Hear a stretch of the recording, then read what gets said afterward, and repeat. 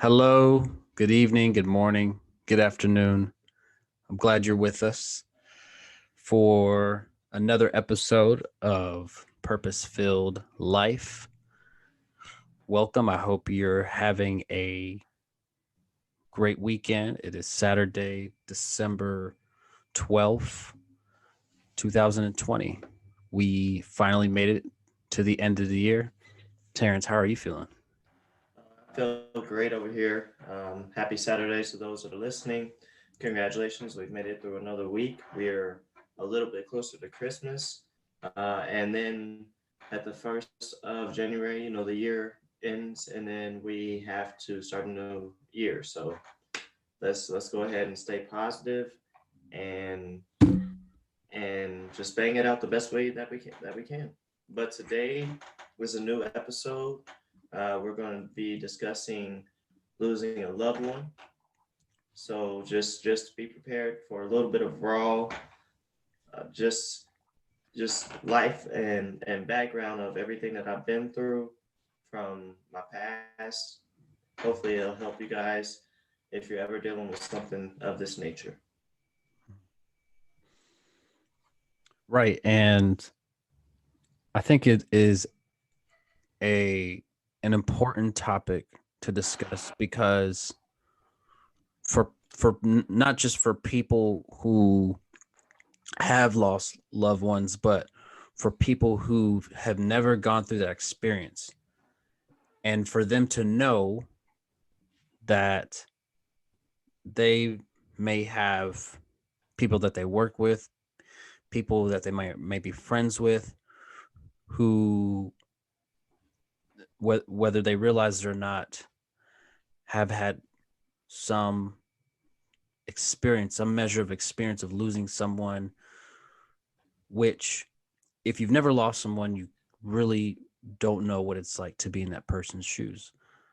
And well, with that being said, Terrence, I'll let you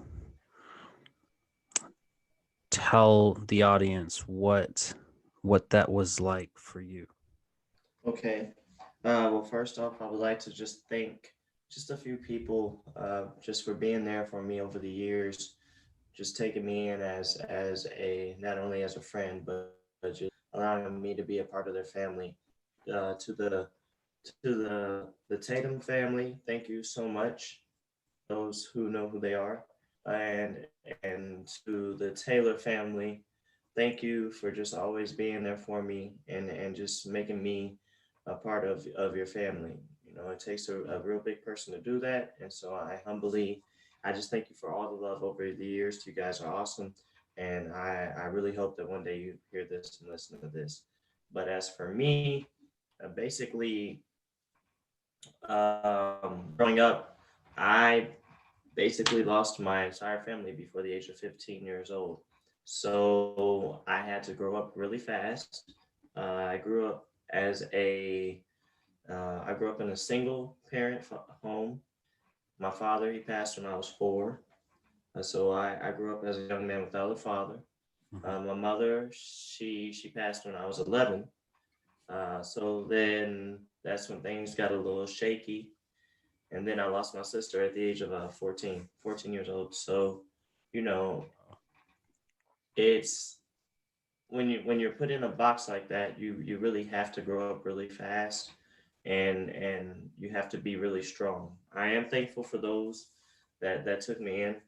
Basically, my mother's sister adopted me and took me in and made me a part of their family. So Mhm. basically, I learned a whole new life and a whole new way of living. Mhm.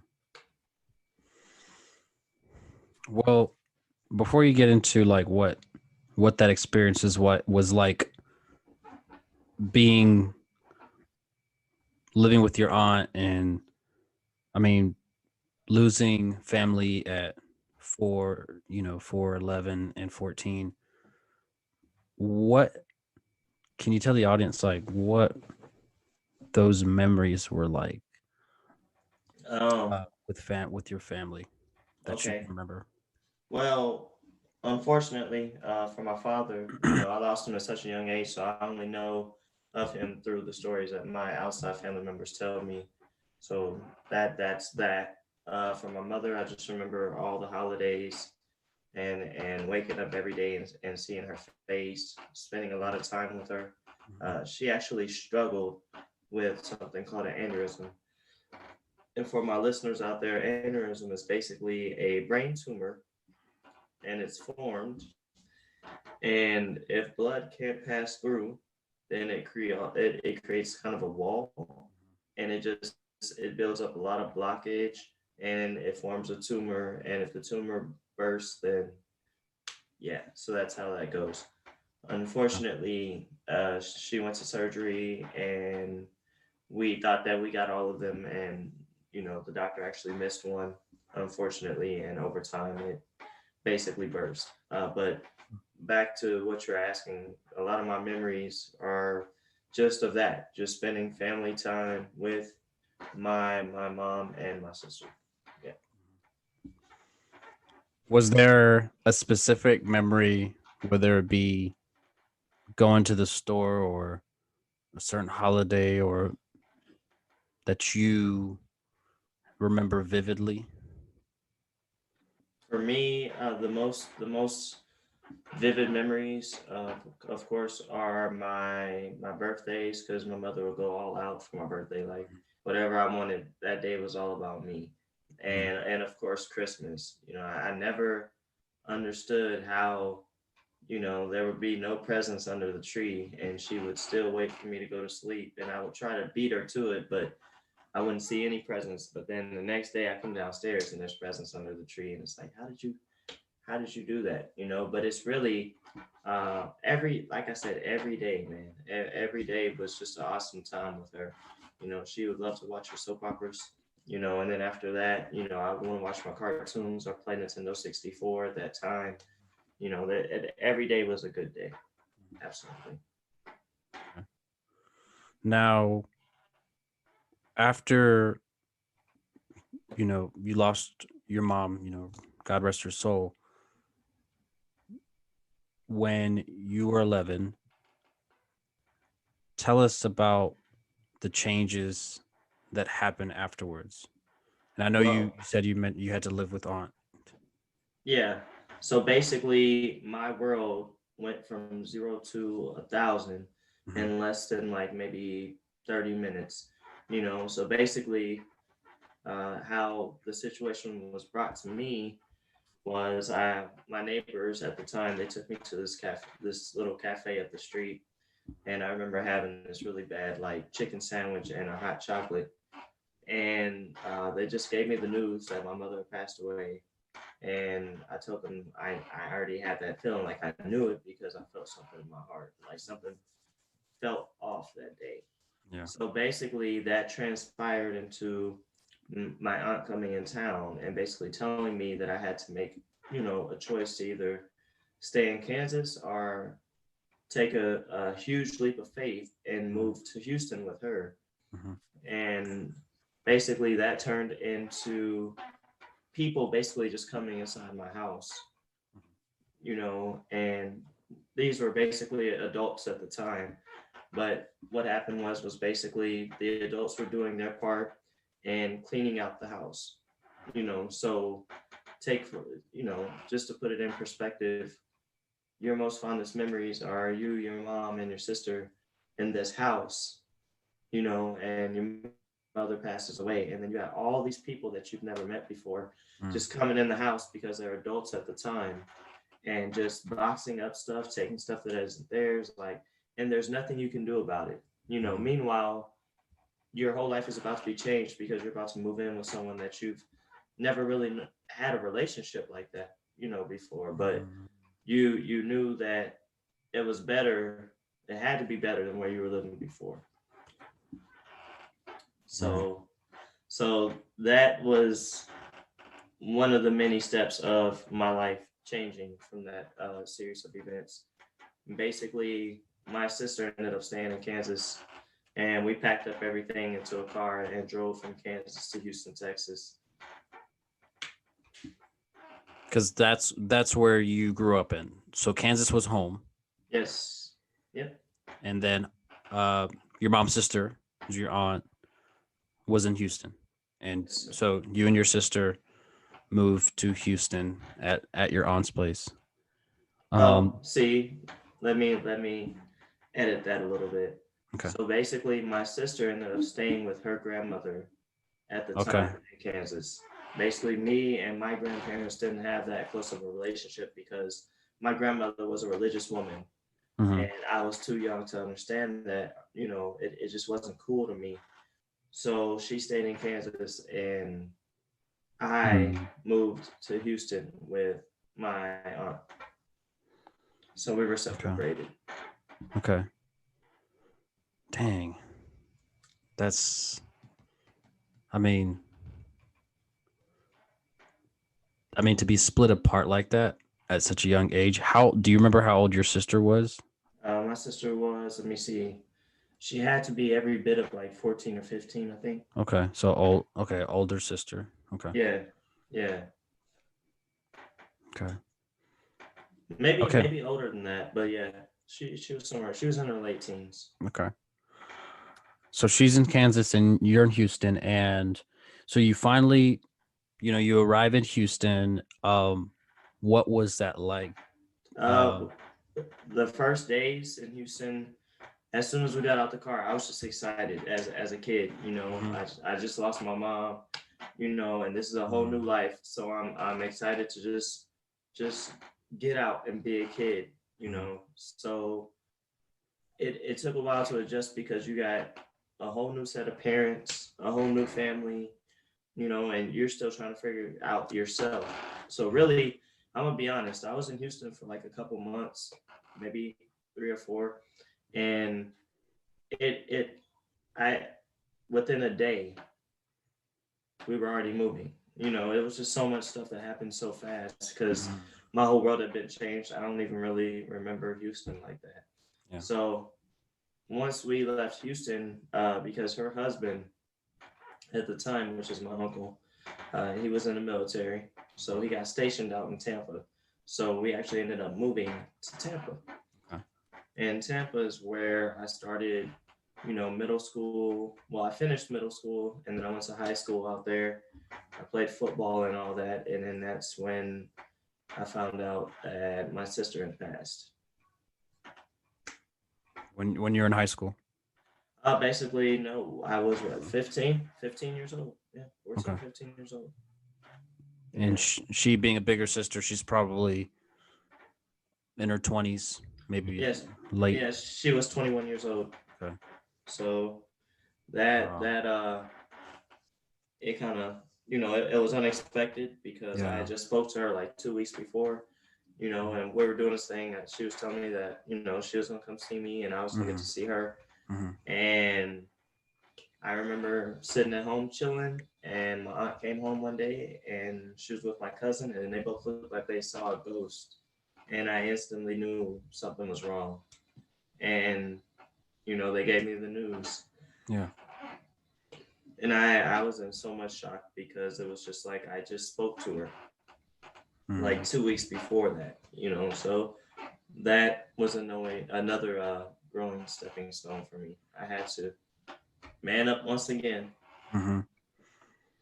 Now, before she passed away, I want just what was your sister like, and what was, even though you all were separated, like you're in Tampa at this time, and I'm assuming she's in Kansas still. Hmm. Hmm. What So the times that you did get to meet each other, what was that like? What do you remember the most about your sister? Oh man, she had this smile Yeah. and this giggle that would just light up the room. My Mm, sister, she did battle with schizophrenia. okay. Her real parents, her birth parents, were actually on drugs at the time. So because of that, she had some mental issues. Mm-hmm. But as a person, she was a beautiful person, just light up any scenery. She just wanted to be happy, Mm-hmm. because of her, because she was schizophrenic. her mental made her feel like she was younger than what her real age was. So Wow. you got this adult in the room with kid energy, and she just wanted to play and just have fun. The last time I saw her, she was getting ready to graduate high school, and she was all about it. She had her senior shirt, and she was telling me about high school and what it's like, and she was excited. That's the only word that I can think of. It's just the excitement because she did it, and anybody that graduates high school, it's like you got these people that tell you you're not gonna do it or whatever. We've all been there, Yeah. and she did it, and I remember it was, Mhm. I think it was like January or maybe December, Christmas time, Mhm. and it was really cold. I remember being really cold, but the last days that we spent together, she really was happy to see me. Yeah. Yeah. So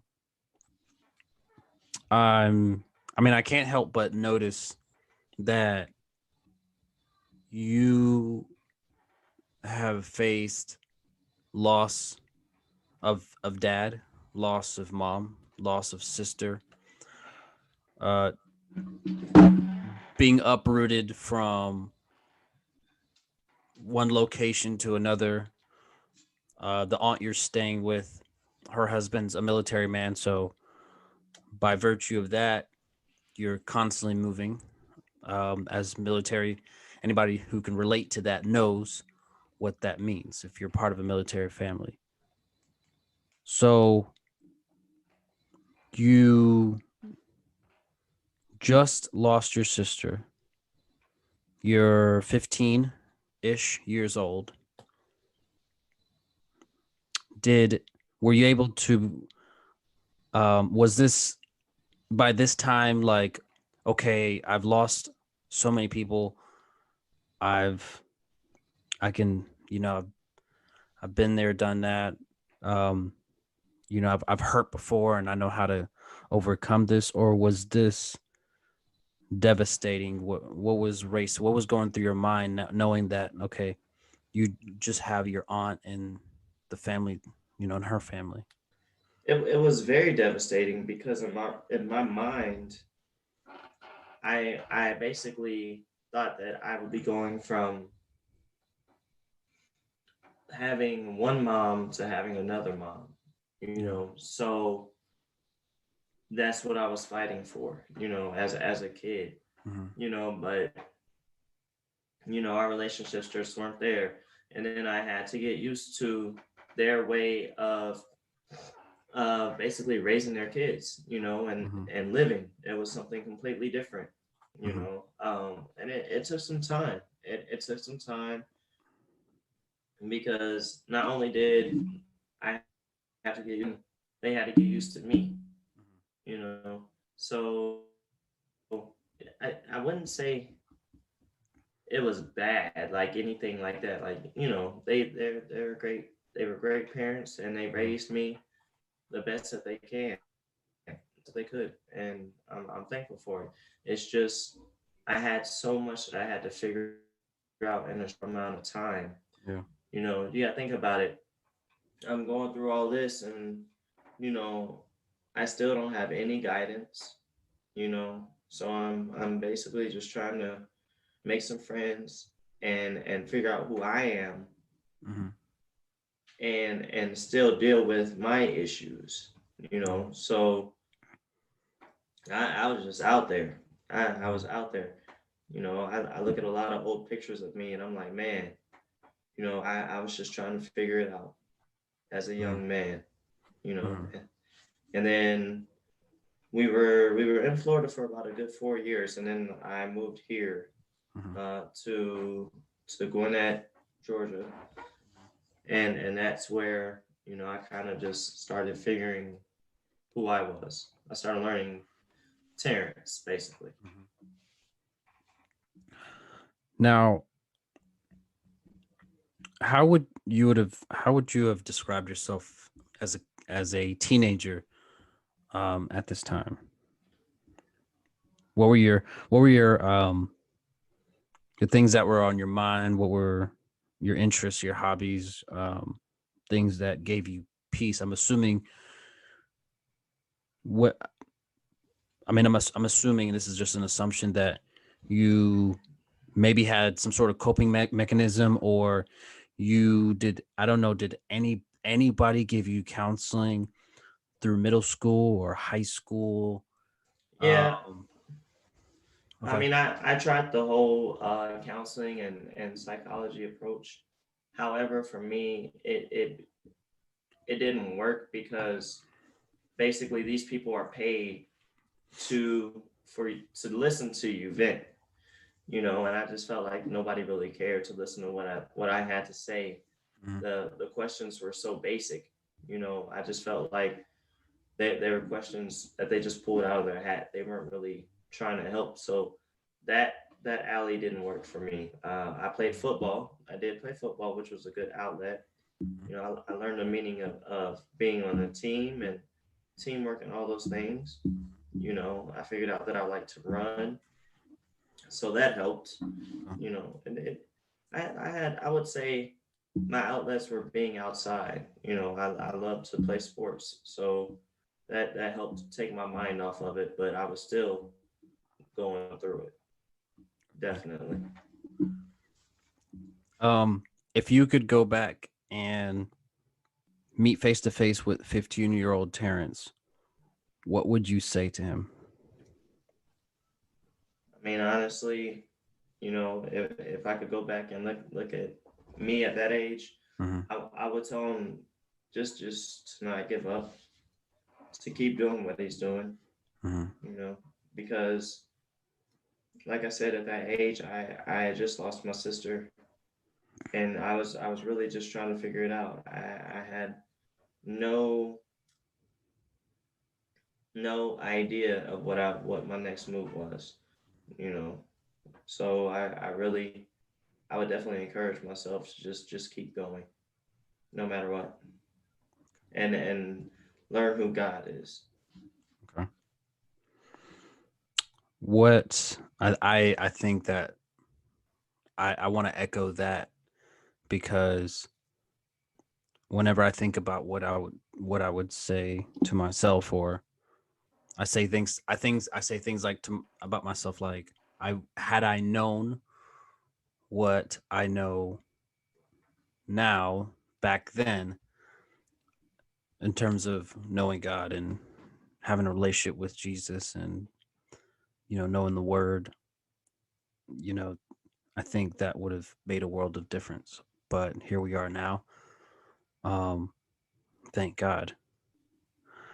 Um, I want to let's talk about you're okay. So you leave Tampa and now you're in Georgia.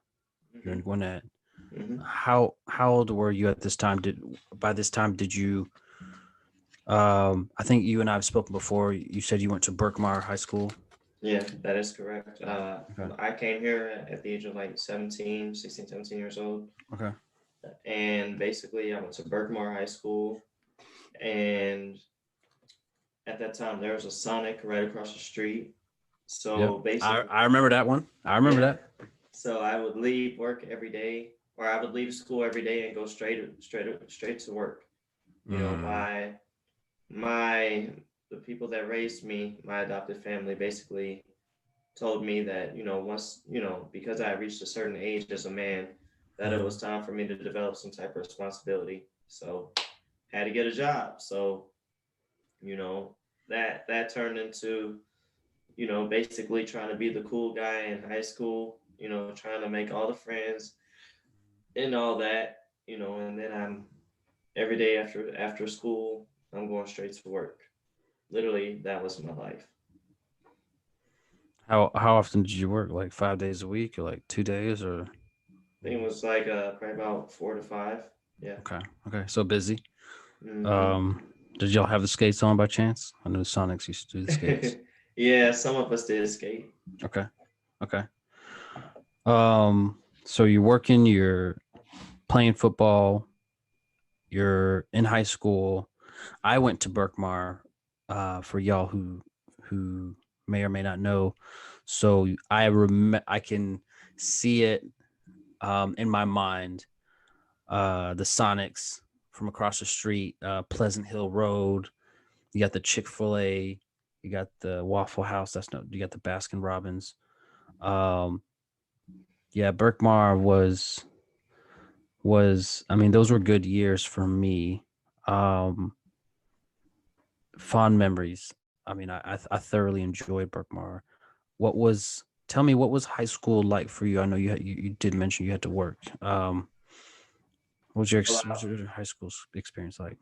All right, so we're gonna make a slight correction on that because I played high school while I was in middle school, but when I was in high school, Mhm. I didn't get a chance to play. But Okay. so moving forward, high school for me, man, it was so exciting. It was Okay. so exciting because it was just like I finally felt like I had kind of started to figure out the things that I like to do, the type of Mhm. music that I like to listen to. Yeah. I kind of learned my swag a little bit, Mhm. and I just wanted to be the cool guy, So yeah, I was a knucklehead, I made some bad decisions, but for the most part, it was just like, I met some friends that are still my friends to this day. Definitely, definitely, Okay. yeah. Did you drive when you were in high school? No, You had I did student parking not. lot? Nah. Nah. Okay. It didn't happen for me like that. But I went to homecoming. I never went to senior prom. Uh, Um, Me neither. but like I said, it was man. I just remember the fights and hanging out with your friends, and then Uh, hanging out with the boys during the weekend. It, it, mhm. it was it was all good times, man. Okay. Okay. Yeah, I can definitely relate to that. I didn't start driving until senior year, but it was the coolest thing coming up from starting as a freshman and seeing finally being at the place where you can like park in a student parking lot, and it was a good times. So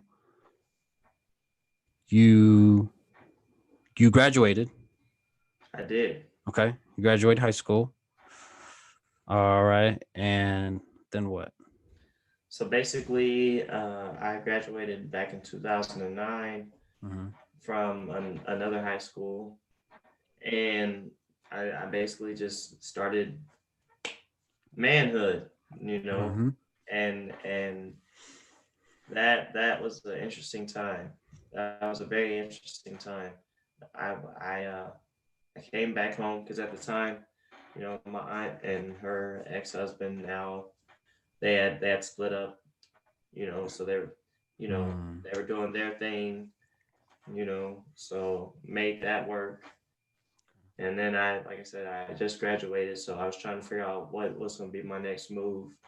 My aunt had this thing to where it was like, you're either going to go to the military or you're going to go to college, one or the other, Mm-hmm. and I didn't want to do either. Mm. So she was like, well, you got to move out. So, I learned what it was like to be on your own real quick, and I moved in with some friends and bounced around a lot, but I kept working and Mm-hmm. staying out of trouble. Never went to college. I just worked all the time, Mm-hmm. you know. But then you get older, and you're still dealing with a lot of pain from the things that you had went through in your past, Yeah. and it still hurts, and you're trying to find peace to that, Mm-hmm. on top of dealing with other stuff. So I did struggle with, alcohol. Mm-hmm. I used to be a big time alcoholic because I just wanted to make the pain go away. That was really my goal, when I couldn't sleep at night. So I would just drink and drink and drink. Especially, I'd say probably like 21. Yeah, from 21 probably till about maybe 28. Mm-hmm. I definitely did struggle with alcohol. How'd you overcome that? Honestly, going to church, I started, I've always been to church. My mom kept me in church as a young kid, you Mhm. know, but I found a couple different churches out here and they didn't work out. But then I found another one, in which was C3, and just the outpour of love. I received a lot of love from people that I had never met before, and it was the best thing ever, And I started to understand that I had more life to live. I just at the time I was afraid to live because I didn't want to live. It's like I'm here by myself. I'm all alone. My family isn't here. I felt like I was being punished. And Wow. the pain just wouldn't go away. It Mhm. felt like having a huge hole in your heart, and then it hurts. So you just drink, you drink, you drink, you drink, and the more you drink, the more you think about it. Mhm. And it never stops, and it just never stopped. And then I went to church, and I met one person and gave them my life story, and they prayed over me, and they introduced me to another person, and then it just slowly started building into all these people that just they showed that they cared, and they wanted to hear me. And then one day I just decided that I just didn't want to do it anymore. I didn't want to drink. And of course, growing up, I had some friends that I mentioned before that really took me in and made me their family. So that really helped out too. Definitely. Okay. So you talked about working. Um, so right now you're in your 20s. Tell us more about what your 20s was like. Graduating high school and being a man out of your aunt saying, "Hey, got to go figure it out. You're out." Okay. So basically, you can't go back home. Mhm. So if things don't work out, you got to keep moving. So I had my very first apartment, and it was great for like the first year. I got to see what it's like. And then the overhead came in, your bills and responsibilities. So I left that apartment and got another apartment. And, the same thing happened there. So basically, that that turned into, well, where am I going to go? Where am I going to live? I got to survive. So you find yourself moving into these extended stays to where you're paying like, $50 a night or $25 a night just to sleep, because you still got to work, so you just do what you can. It's a hustle. So basically, I would work hard enough to make sure that I had a room to sleep in at night, and then you know make sure I still could eat food and all that. Yeah, yeah. Were now were you ever to let me ask you, did you ever get in contact while you were, going in and out of hotels, trying to survive? Did you ever, like, I guess, reach out to your aunt or some family support, to see if, if you could come back or I mean, that's the thing. You know what I mean? It's like they knew what I was going through, mm, and I would talk to them, because I would reach out to them. mm, But it was kind of like, they that's just how they were. They just told me, you're a man now. You got to figure it out. Because basically I'd made my bed and laid in it. I didn't take the route that they gave me. I took my route in life. So yeah, it's difficult, and I understand that. But you can't come back home. You got to figure it out on your own. So I've had a couple roommates in my day, to mm, make it work. But you know you do what you got to do to survive. yeah. I mean, There, I just let yeah, me go just ahead, go clear ahead. the air real quick. I did come home a few times, Hmm. but it was like there was an understanding that if you're gonna come home, you got a 3 month, grace period or a 3 month lease, Hmm. and you got to figure it out. I don't want to make it seem like they just had me out there in the streets, like in the cold, Hmm. but they did, you know, teach me the hard knocks of life. Hmm. What was the most challenging part of just having to be on your own and, you know, trying to be an adult and not having a family support system at that somebody who has a bunch of siblings and parents who check on them or who who say, hey, when are you going to come over? How do you deal with that as a person in their 20s? um you know Me trying to put myself in your shoes, what because my just a contrast, what my experience, like, I have two parents. um I live with them, and when I hear your story, I'm I don't know how I'd be able to, you know, figure out how I'm going to support myself and where am I going to stay, and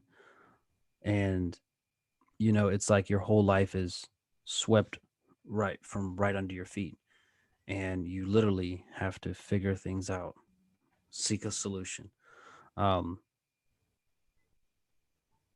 so like what was the most challenging part about that, whether it be a, an emotional challenge or practical challenge, like how I'm gonna pay for this or do that. Maybe it wasn't financial, maybe it was just the emotional aspect or psychological.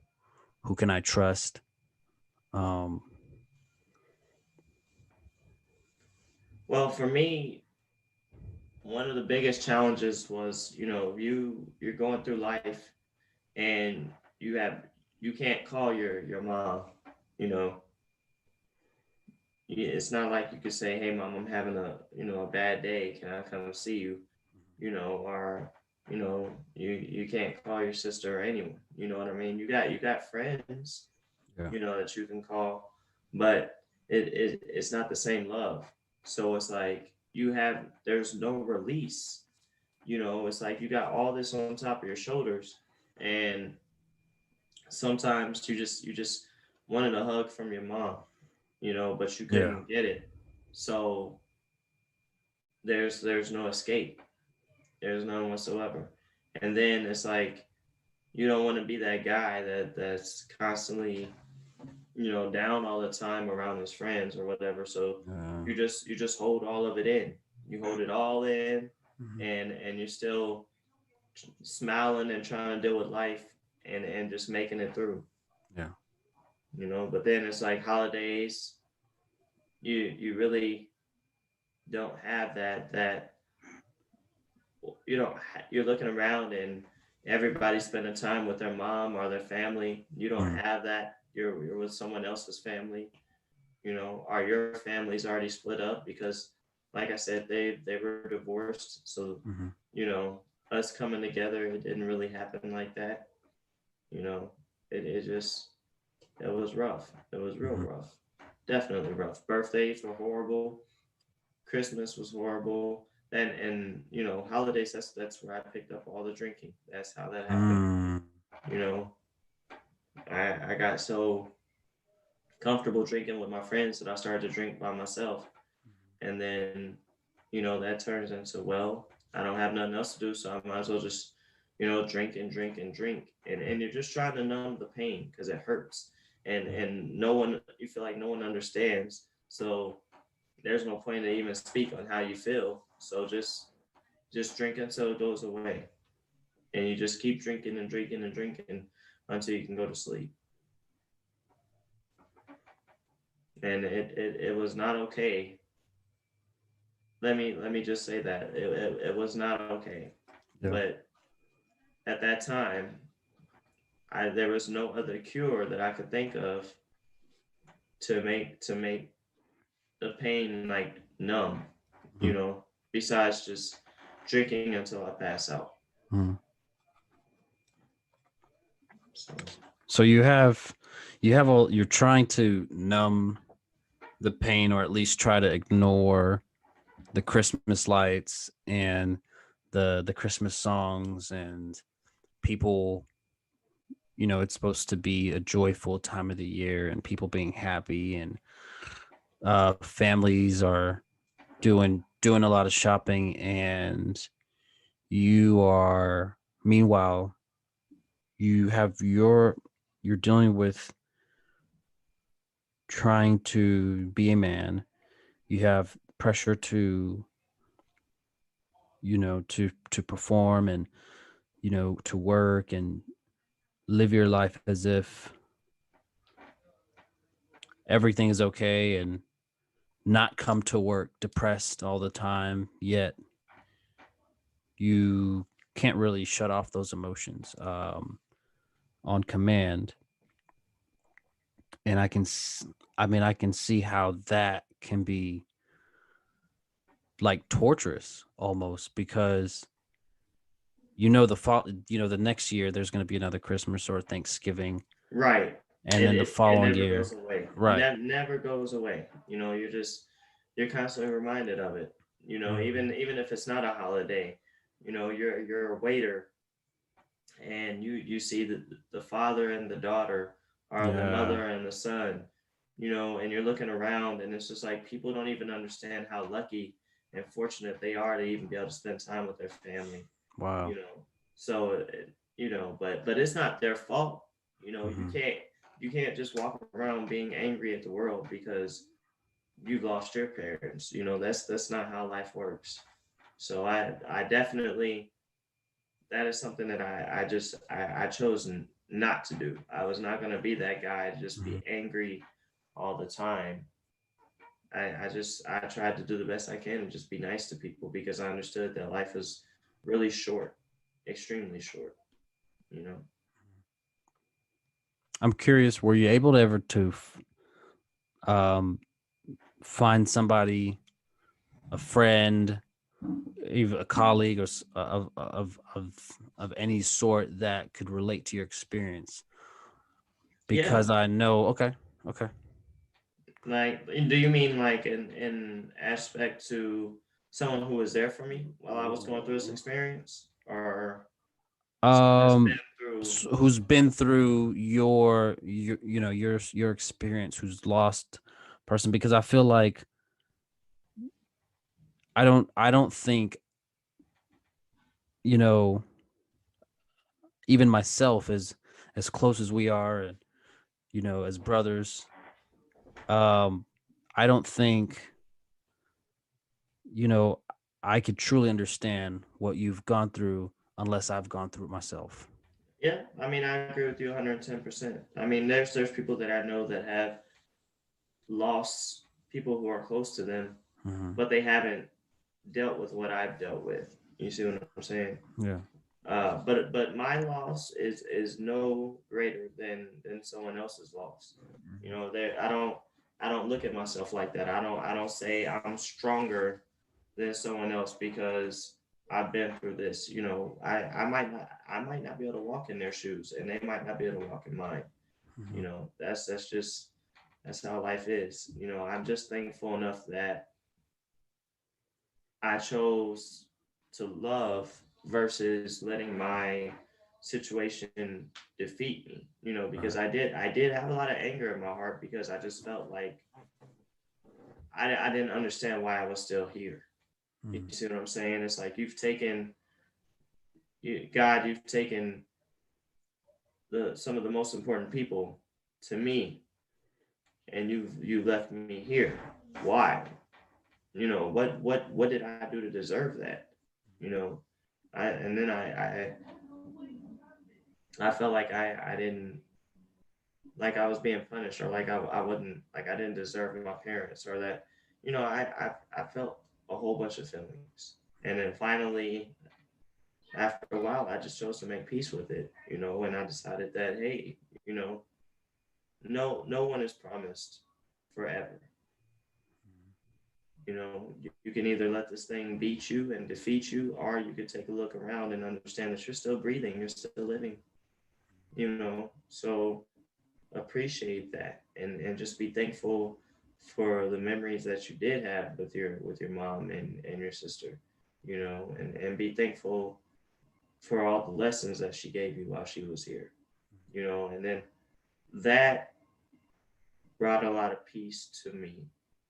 It helped give me a lot of closure, and then just understanding that, while she was here, my mom was not in pain, except for the last days that she was here. But my mom was always happy and smiling and goofy, just happy all the time, and was very sweet. I have no regrets about her life or anything like that, so it doesn't do any justice to walk around sad just because she's physically not here. I've gained one of the best guardian angels before, and that it takes time. That's one thing I will admit. It takes a lot of time. For some people, it takes less. For some people, it takes more. But the key is just when you're ready, choosing to get up and fight again, because that's what they want. You got to live for them.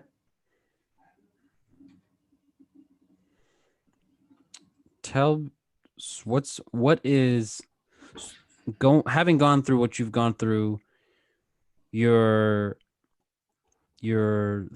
tell me you're 32, 31. 31. Okay.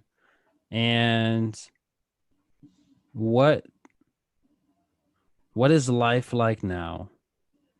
I know you've got some maturity, and you've seen some things, you've gone through a bunch of stuff, you've been through the hardships. Um is there anything that you can be thankful for? Um I know you mentioned your family and the friends who you've been able to rely on. But is there anything you can appreciate having gone through the kind of those tough experiences, especially the toughest experiences? Well, I'll just touch on a couple things. Okay. For one, the relationship that I have with my stepdad. Now we have a tighter bond now, a closer Mm-hmm. bond than what we had before. Mm-hmm. Before, you know, I was looking at him for a father son type of love, and he was looking at me as uncle, nephew type of love. So growing up, I was just fighting for more time with him. I always wanted to spend time with him, and Mm-hmm. he wasn't used to that. And now, you know, we spend a lot more time together. We talk all the time, but I had to let him know that, basically what it came down to was we were sitting down at his house one day, and I told him, I said, this is all I ever wanted. And he's like, well, what are you saying, son? I'm not understanding. He's like, I told him I just wanted to spend time with you, dad. Yeah. I just wanted you to love me as your son, you know. So I'm thankful for that. Like I said, I'm thankful that the same friends that got me through a lot of the tough times, they showed me a lot of love, are still here, Mm-hmm. and now they have kids, and we're all growing old together. So Mm-hmm. it's like having another family.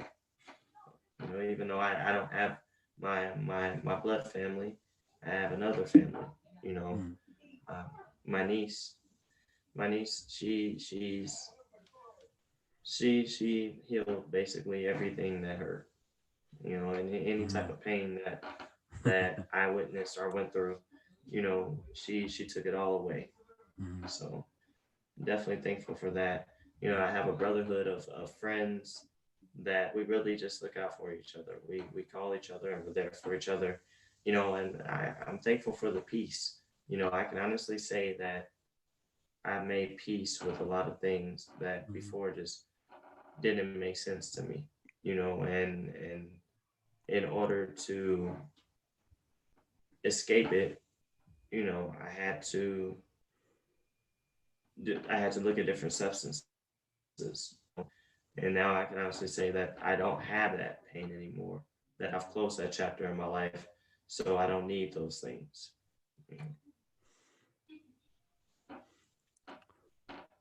There's a lot of questions on my mind. One of them being, so you talked about your niece. Um, do you ever do you ever I can't help but wonder, like, if I put myself in your shoes, like, am I would ask myself, am I cursed, or am I going to face death? And just thinking what my thoughts would be if I was in my Yeah. teenagers, in my 20s. Am Oh yeah, I ever am, definitely. am I ever going to have a family?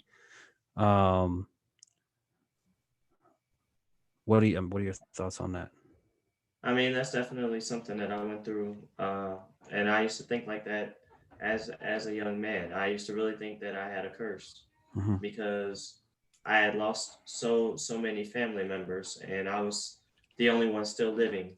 Right. I felt like I had this cloud of darkness over me, and that you know that I did something wrong or somebody put some type of spell on me, and I was just forced to be here by myself alone. Hmm. you know, but no, it's that's not how life works. But it that was another growing step for me. I had to really take some time to deal with that and understand that no, Terrence, you're not. These things have happened to you not because of something that you've done to deserve that. You see what I'm saying?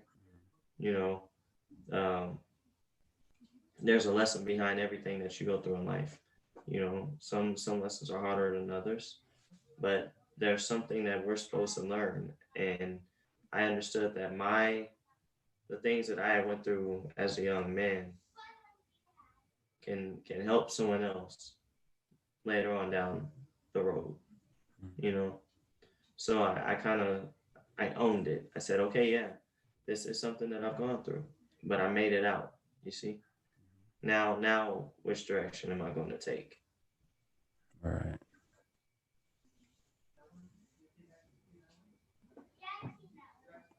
And I think that's a question we constantly have to ask ourselves when we come to a crossroads and we're deciding, where should I go from here? Or And the cool part is, God, who has our identity, who's the author of our life, when we feel, when we're at a crossroads and when we ask these questions like, where should I go? I think the cool thing is, like, you and I both know, like, we can go to God and to in prayer and ask God, where should I, like, who else than the creator, right? Who else than the person who gave us life? Um, I don't want to end on a negative note. Um, Quite opposite. I want to end on a positive note.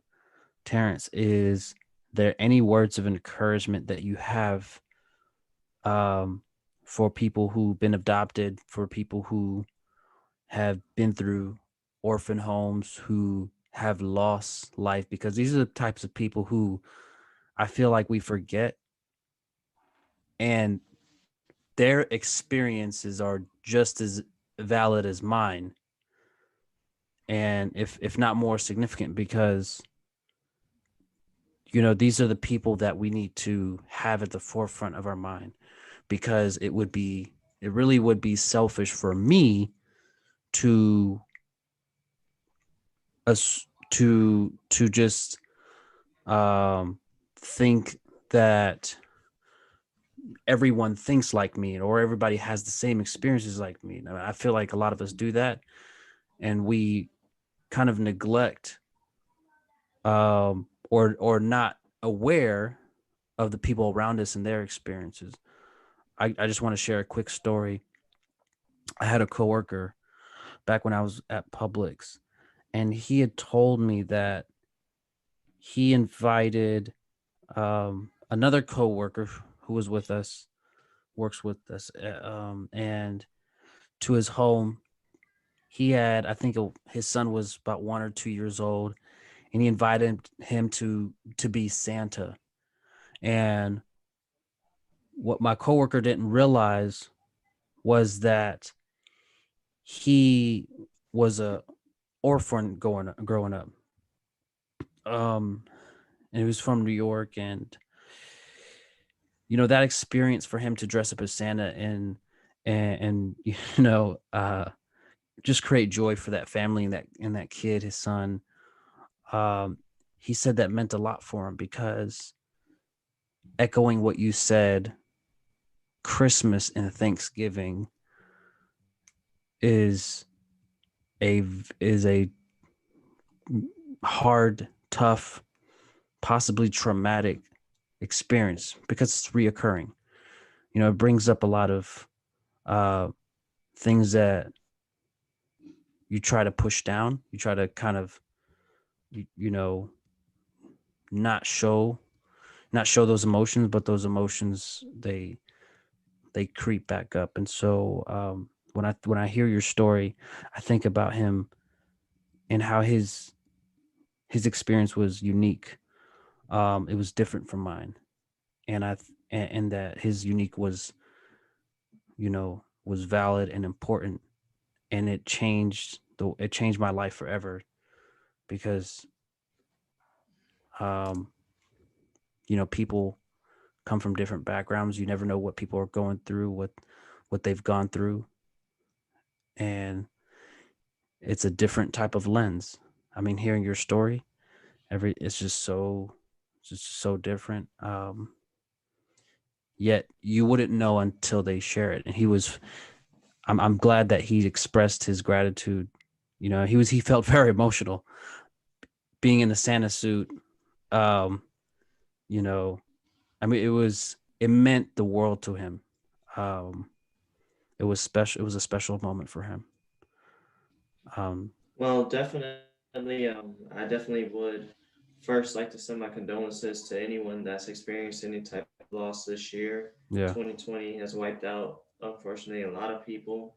So, to everyone, anyone, men or women, that's experienced any type of losing of a family member or someone that was close to you, let me just extend my biggest arm of love and Mm, condolences to you and your family. Those that have gone through what I've been through to a certain extent, and we didn't even cover everything. There will be episodes for that later on, guys. But to anyone that's been adopted or have lost a mother or a father or a brother or sister, I want you to know that you're not alone and that you do count and that your opinions are valid. You haven't done anything wrong to deserve what's going on to you. It's not your fault. That's the biggest thing that I would like to say is that it's not your fault and that you matter. right. Another thing is I want to encourage everyone that everyone deals with everything differently. For some, they're cured medicine. Hmm. For some, it may be another form. You have to find the best meaning, the best option for you. So if it's counseling, get counseling. If it's psychology, get that. If it's writing a journal down and jotting down your ideas, the biggest to take whatever's irritating you or any feelings that you have and get it out of you in a positive manner.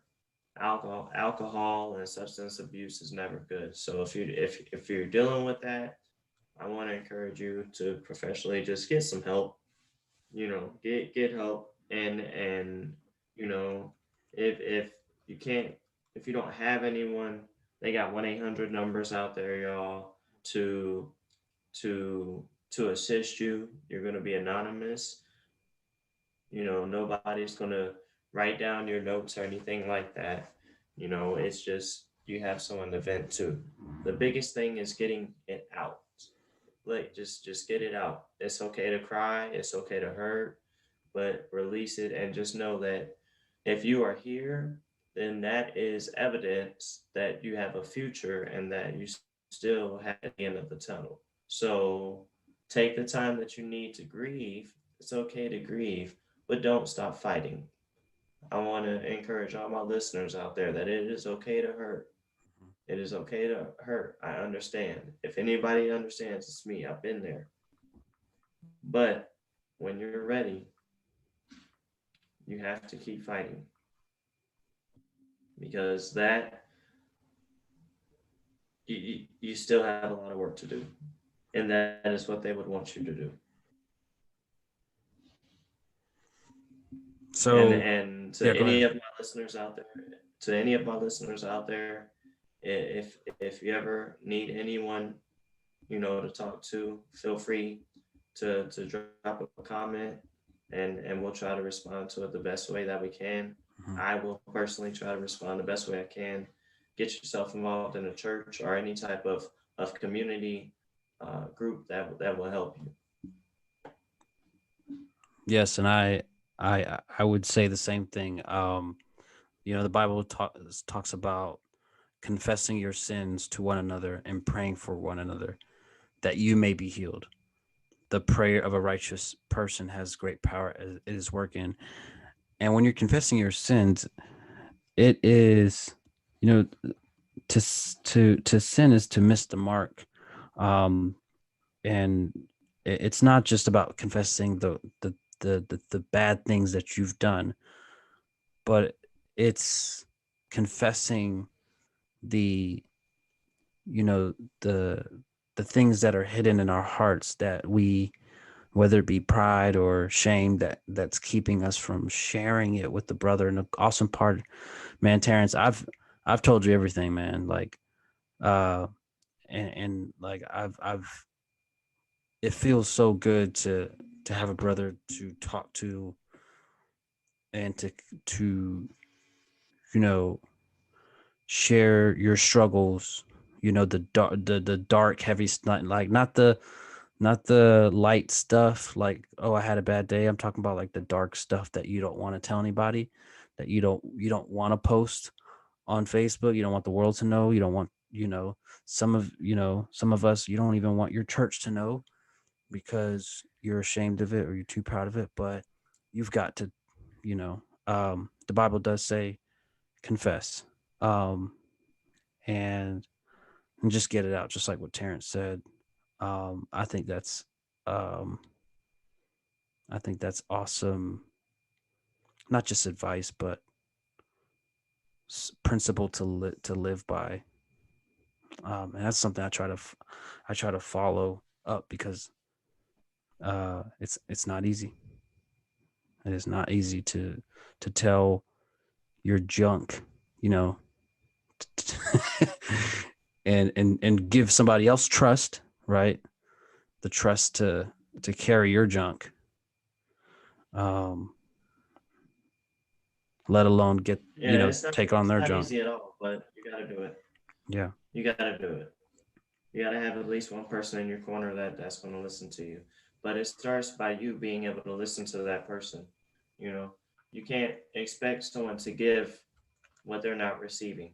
So even though you're hurting, try to keep your heart open for someone else, and be a listening ear for someone else, because you just never know what someone else is going through. They might be going through the same thing that you're going through, and they just waited for someone just to open up to them about their issues so they can open up too.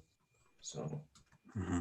definitely, when you feel comfortable, move in love and just try to spread love to as many people as you can. Yeah. That's all I got. Well, Terrence, thank you for pouring your heart out. And I my hope and prayer is that this blesses you, whoever's listening, that there is a positive impact, and this will um this may even help somebody course correct their life who've experienced loss, or who hasn't. Maybe this, if you're like me, and loss hasn't has is not something that has befallen on you, then hopefully it's given you a unique perspective. And if you experience loss, then I hope this has encouraged you and has given you some a little encouragement to keep you, not just to keep you going, but keep you on the right path, and to know that we're here. Um, you have a brother, you got brothers behind you who love you and are praying for you and want the best for you. So we'll wrap up this episode. Terrence, again, thank you for sharing, for pouring your heart out, and I think people will be blessed by it. Thank you. Thank you. I appreciate it. Yeah. All right. That is a wrap, ladies and gentlemen. We will see you in our next episode.